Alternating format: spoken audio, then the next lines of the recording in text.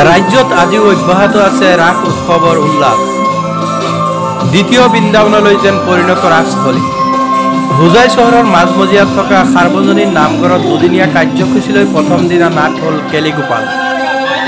হোজাই চহৰখন হ'ল বিভিন্ন জাতি ধৰ্ম আৱাসস্থলী।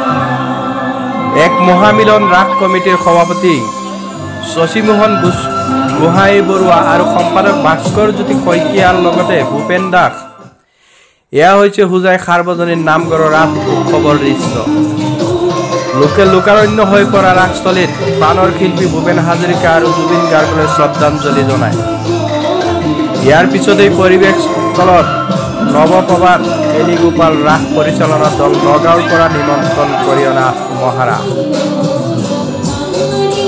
এই ৰাস উৎসৱত উপস্থিত থাকে সদৌ অসম অসমীয়া শিখ সমাজৰ সম্পাদক বাবা ফাটেহ সিং জি, সেৱা দলৰ সভাপতি আৰু লংকা গুৰুদ্বাৰ কমিটিৰ উপ সভাপতি দলজিৎ সিং সিদ্ধু।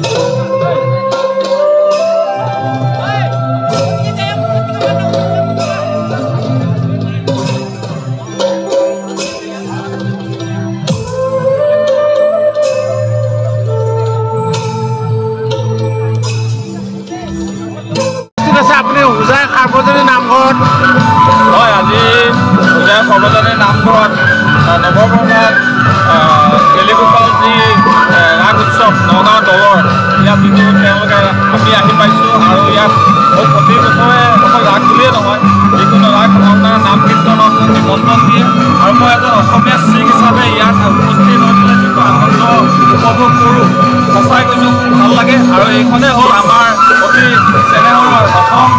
এই অসমক আমি কেতিয়াও পাহৰিব নোৱাৰোঁ। ইয়াৰ পৰা আমি এজন অসমীয়া শিখ হিচাপে যিটো মৰম চেনেহ আমি অসমীয়া ৰাইজৰ পৰা পাইছোঁ আৰু সঁচাই খুব মই ইয়াত উপস্থিত হৈ পেলাই খুব আনন্দ উপভোগ কৰিছোঁ। আৰু ইয়াত অকল শিখ বুলিয়েই নহয়, সকলো ধৰ্মাৱলম্বী লোক ইয়াত পৰিলক্ষিত হৈছে, সকলো আহিছে, আহি পেলাই আনন্দ উপভোগ কৰিছে।